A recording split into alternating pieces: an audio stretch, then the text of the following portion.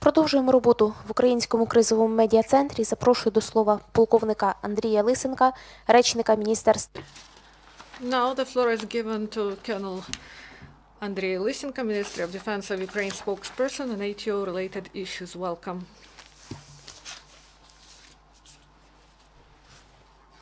Good afternoon, dear colleagues. Now information about the events that happened yesterday in the anti-terror operation zone. During the last 24 hours, the number of shellings delivered by illegal armed groups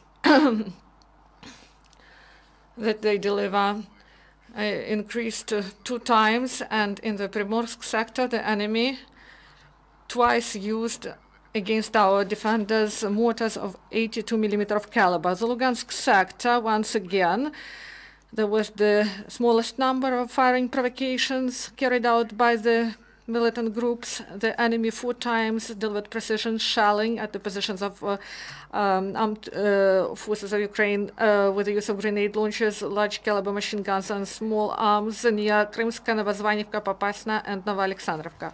Ukrainian servicemen refrained from returning fire at enemy provocations, but in the region of Popasna, our servicemen rigidly responded with the use of large caliber machine guns. In the Donetsk sector, Russian occupation forces 10 times shelled our positions with the use of grenade launchers, large caliber machine guns and small arms, twice near Zaitsevo, Mayorsk and Kamenka.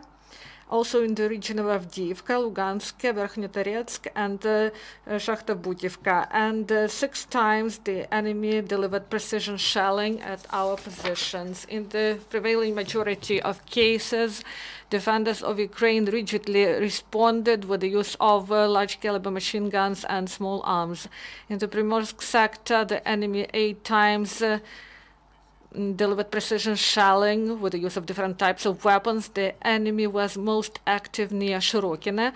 4 times Russian occupation forces delivered fire at Ukrainian positions with the use of large caliber machine guns, grenade launchers and small arms. Twice the occupants used at our positions near Shirokine mortars of 82mm of caliber, launching on the whole 8 mines.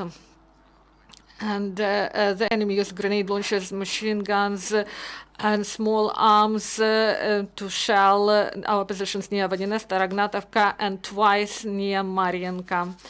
On the whole, yesterday, at the line of confrontation, the enemy delivered 22 shellings of the positions of the armed forces of Ukraine, including 18 precision shellings. Ukrainian servicemen 15 times returned fire using the weapons that are allowed to use by the Minsk agreements in case when there was threat to the life of military personnel. In the course of enemy shelling near Marienka, 1 serviceman of the armed forces of Ukraine was wounded and was timely evacuated to military mobile hospital. Now the state of his health is satisfactory. According to information provided by main intelligence department of the armed forces of the Ministry of Defense of Ukraine in temporarily occupied territories of Donetsk and Lugansk oblasts, Russian servicemen continue to commit violations against peaceful residents. On the 23rd of October, so-called Ministry of Internal Affairs of DPR identified the facts of the participation of the officers of 2nd Army Corps of Russian forces in the stealing of cars of civilians. Now there are measures implemented to search and detain the perpetrators. Also, there is an increase in the number of absence without leave in 1st and 2nd Army Corps of the Armed Forces of Russian Federation due to unsatisfactory conditions of the service and violations of commanders that they commit in relation to their subordinates. On the 23rd of October, 2 servicemen of 2nd Army Corps went AWOL, and the commanders of the unit fear that the detention of fugitives and investigation on the AWOL will allow to reveal violations in which Russian officers participate. And also there is understanding staffed units of 100 detached motor and rifle brigade, and they started to study the personnel records of the convicted servicemen in order to form a penal company consisting of 150 people. And in case of deterioration of the situation, they plan to use these detachments and to form new militarized detachments. And according to the order of self-proclaimed head of DPR Zakharchenko, in the occupied territories of Donetsk Oblast, they form Azov Kazakh force. This time they started to recruit volunteers to serve in one of such regiments.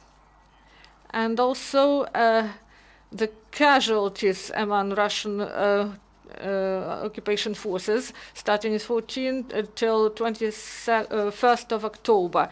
This was 31 people, irreversible 13, and sanitary 18. And the biggest losses were sustained in the Avdiivsky direction.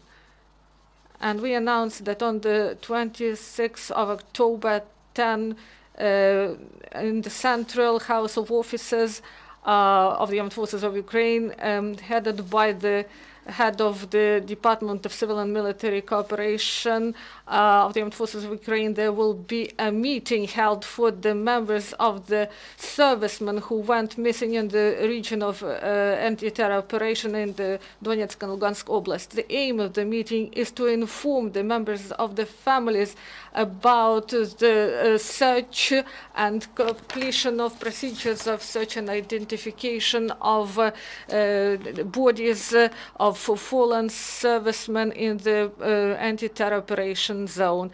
And the media can address about accreditation 0506470029. So this is all. If you want to ask questions, please do. There are no questions. Thank you. Thank you.